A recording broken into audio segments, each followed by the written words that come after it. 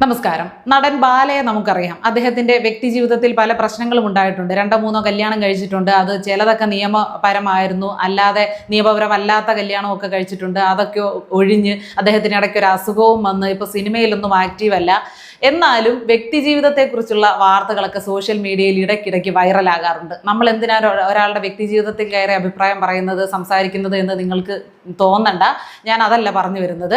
ഈ റിപ്പോർട്ടർ ചാനലിലെ പ്രധാന അവതാരകനായിട്ടുള്ള പ്രധാന എഡിറ്റർ കൂടിയായിട്ടുള്ള അരുൺകുമാർ ഉണ്ടല്ലോ, അരുൺകുമാറിന് നല്ല രീതിയിൽ കൊടുത്തിട്ടുണ്ട് ബാല. കാരണം ഓരോരുത്തരുടെയും വ്യക്തി ജീവിതത്തിൽ കടന്നു കയറി ചുഴിഞ്ഞു കുത്തിത്തിരിപ്പുണ്ടാക്കി അത് നാനാവിധമാക്കുന്നത് അരുണിൻ്റെ ഒരു ശീലമാണ്. ആ പതിവിന് നല്ലൊരു പതിവ് ബാല കൊടുത്തിട്ടുണ്ട്.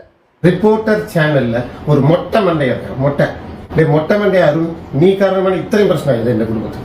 മൊട്ടമണ്ടയുടെ മണ്ടയിലും ഒന്നുമില്ല, മണ്ടയ്ക്കകത്തും ഒന്നുമില്ലെന്നാണ് ബാല പറഞ്ഞത്. മണ്ട എന്ന് പറഞ്ഞാൽ തലയ്ക്കാണ് ഈ തമിഴിൽ പറയുന്നത്. അപ്പോൾ തമിഴും മലയാളവും കലർന്നാണല്ലോ ബാല സംസാരിക്കുന്നത്. വളരെ രസകരമായിട്ട് തോന്നി.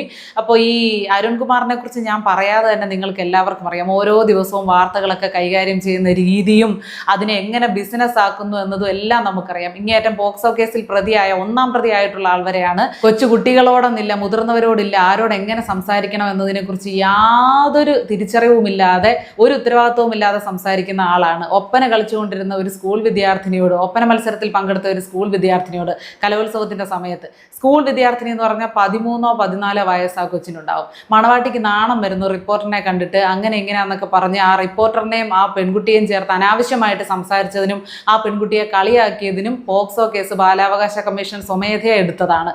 അതിൽ 1ാം പ്രതി കൂടിയായിരുന്നു ഈ അരുൺ. അപ്പോൾ എവിടെ എന്ത് സംസാരിക്കണമെന്ന് അറിയില്ല എന്നത് നമ്മൾ അംഗീകരിച്ച സർട്ടിഫൈ ചെയ്ത വസ്തുതയാണ്. അതിൽ യാതൊരു തർക്കവുമില്ല.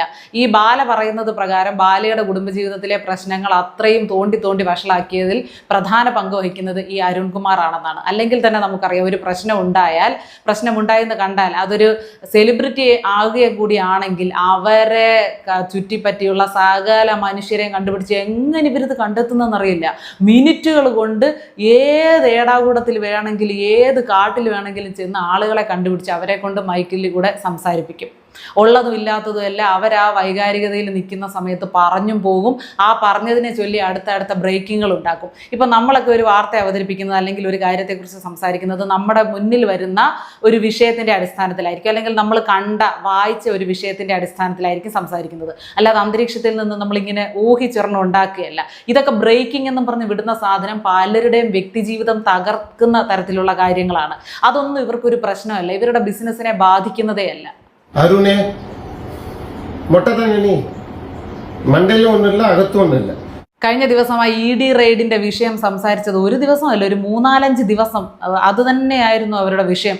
അരുൺകുമാർ ഒരു കൃത്യമായിട്ട് ആ ഒരു രാഷ്ട്രീയ പാർട്ടിക്ക് വേണ്ടി, ഇടതുപക്ഷത്തിന് വേണ്ടി കുത്തിയിരുന്ന് അതിനുവേണ്ടി സംസാരിക്കാൻ കോട്ടിട്ടുകൊണ്ട് ഇറങ്ങുന്നത് പോലെയാണ്. ED റെയ്ഡിനെ കുറിച്ച് എത്ര ബാലിശമായിട്ടാണ്, ഒരു ബോധവുമില്ലാതെയാണ് അരുൺകുമാർ സംസാരിച്ചുകൊണ്ടിരുന്നത്.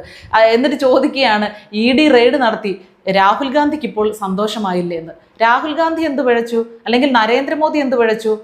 ഒരു സേവനവും ചെയ്തു കൊടുക്കാതെ പിണറായി വിജയന്റെ മകള് കോടികൾ കൈപ്പറ്റിയതിന് നാട്ടുകാരെന്ത് പിഴച്ചു? ഈ രാഷ്ട്രീയം എന്ത് പിഴച്ചു? ഇതിൽ രാഷ്ട്രീയമുണ്ട്, കൃത്യമായിട്ട് രാഷ്ട്രീയം ഉപയോഗിച്ചുകൊണ്ട് തന്നെയാണ് ചെയ്യുന്നത്. എന്തൊക്കെ ചെയ്താലും ഇരുന്നുകൊണ്ട് പറയുകയാണ്, നിഷ്പക്ഷമായിട്ട് സംസാരിക്കേണ്ട ഒരു ചാനൽ പ്രതിനിധി ഇരുന്നുകൊണ്ട് സംസാരിക്കുകയാണ്.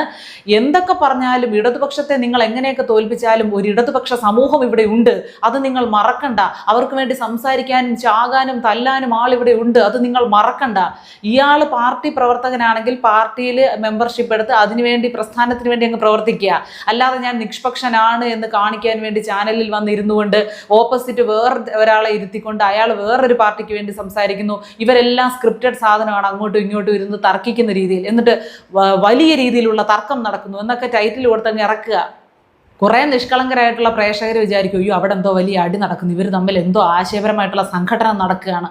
ഒന്നുമല്ല, ഇവർ പ്രീ പ്ലാൻഡ് ആണ്. സംഗതികളെല്ലാം ഇവർ പ്ലാൻ ചെയ്തിട്ടാണ് വരുന്നത്. ഞാനിത് സംസാരിക്കുമ്പോൾ നീ എന്നെ എതിർത്ത് സംസാരിക്കണം, അപ്പുറത്തിരിക്കുന്ന ആൾ വേറൊരു വിഷയം സംസാരിക്കണം. അങ്ങനെ കൂട്ടടി നടന്നാൽ മാത്രമേ കാണുന്ന പ്രേക്ഷകർക്ക് അതിലൊരു ഇമ്പം വരികയുള്ളൂ. എങ്കിലേ ചർച്ച TV ചാനലൊന്ന് കൊഴുക്കുകയുള്ളൂ, പ്രോഗ്രാം ഒന്ന് കൊഴുക്കുകയുള്ളൂ. വാർത്തയാണ് എന്ന് പറഞ്ഞ് നമ്മൾ പണ്ട് കണ്ടുകൊണ്ടിരുന്ന ദൂരദർശനിലെ വാർത്ത നമുക്കറിയാം. ഒരു ബഹളവും ഇല്ലാതെ എന്ത് സമാധാനത്തോടെയാണ് വാർത്തകൾ കേട്ടുകൊണ്ടിരുന്നത്. ഒരു അകമ്പടി മ്യൂസിക്കും ഇല്ല, ഒരു ആനിമേഷൻ എഫക്റ്റും ഒന്നും ഇല്ലാതെ തന്നെ കൃത്യമായിട്ടൊരു വാർത്തയുടെ ഗൗരവം ഉൾക്കൊണ്ടുകൊണ്ട് അവതരിപ്പിക്കാൻ അന്നത്തെ വാർത്താ അവതാരകർക്ക് കഴിഞ്ഞിരുന്നു. ഇന്നിപ്പോൾ വാർത്താ അവതരണമല്ല നടക്കുന്നത്.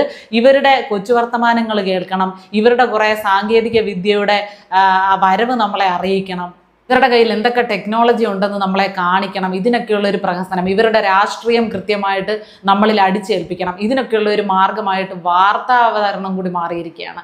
അതിൻ്റെയൊക്കെ ഒരു ഭാഗമായിട്ട് കൂടി വരും വ്യക്തി ജീവിതത്തിലേക്കുള്ള കടന്നുകയറ്റം. ഈ ഒട്ടും പ്രൊഫഷണൽ അല്ലാതെ അവതരിപ്പിക്കുകയാണ് ഞങ്ങളെന്ന് വരുത്തി തീർക്കാൻ വേണ്ടിയിട്ട് ഇവർ സംസാരിക്കുന്ന രീതി, ആ രീതിയിലൂടെയാണ് ആ ഒരു പോക്സോ കേസ് ഇയാൾക്ക് വന്ന് ഭവിച്ചത്. അല്ലാതെ തന്നെ അറിയാം, നമ്മൾ ഒരുപാട് പ്രാവശ്യം ഞാൻ പറഞ്ഞിട്ടുള്ള പല കേസുകളും ഉണ്ട്. പല വലിയ വലിയ ദുരന്തങ്ങൾ ഉണ്ടാകുമ്പോൾ ആ സ്ഥലത്തൊക്കെ ചെന്ന് നിന്ന് കുറേ ആനിമേഷൻ എഫക്റ്റ് ഇട്ടുകൊണ്ട് ആളുകളുടെ വികാരങ്ങളെയാണ് ഇട്ട് പന്താടുന്നത്.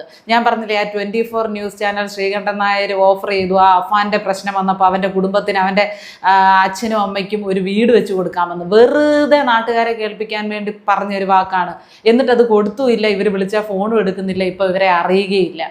ഒരു വിഷയം ഇങ്ങനെ തരംഗമായിട്ട് നിൽക്കുമ്പോൾ ഞങ്ങളുടെ പേര് 5-6 വരാൻ വേണ്ടി, നാട്ടുകാരെ ചർച്ച ചെയ്യാൻ വേണ്ടി എന്തൊക്കെയോ ഇവർ കാണിച്ചു കൂട്ടുന്നു. പിന്നീട് അതില്ല. ആ ബഹളം കഴിയുമ്പോൾ അത് തീർന്നു. എന്ത് അടിസ്ഥാനത്തിലെ എന്നെ നീ വിളിച്ചു? എന്ത് അറിയാം നിനക്ക് അരുണേ? മൊട്ടത്തന്നെ നീ. അപ്പോൾ ഈ ബാല എത്രക്കാരനാണെങ്കിലും ബാല നല്ലവനാണെന്നൊന്നും ഞാൻ സർട്ടിഫിക്കറ്റ് കൊടുക്കുന്നില്ല. അയാളുടെ വ്യക്തി ജീവിതം നമുക്കറിയില്ല. ഇവരുടെ വ്യക്തിപരമായിട്ടുള്ള ജീവിതത്തിൽ എന്തൊക്കെയാണ് സംഭവിക്കുന്നത് എന്നതിനെക്കുറിച്ച് എനിക്ക് വലിയ ധാരണയുമില്ല. കാരണം അത് അറിയേണ്ട കാര്യം നമുക്കില്ല.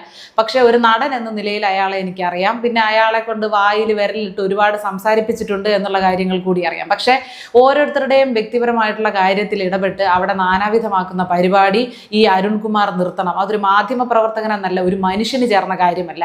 എൻ്റെ ഈ അഭിപ്രായത്തോട് നിങ്ങൾ യോജിക്കുന്നുണ്ടെങ്കിൽ കമൻറ്റ് ചെയ്യുക. എങ്ങനെയായിരിക്കണം മാധ്യമ പ്രവർത്തനം, എങ്ങനെയായിരിക്കണം വാർത്താവതരണം എന്നാണ് നിങ്ങൾ ആഗ്രഹിക്കുന്നത്? നിങ്ങളുടെ ചിന്തയിൽ എങ്ങനെയാകണം അത്? നിങ്ങളുടെ അഭിപ്രായം കൂടി നമ്മുടെ കമൻറ്റ് ബോക്സിൽ എഴുതൂ.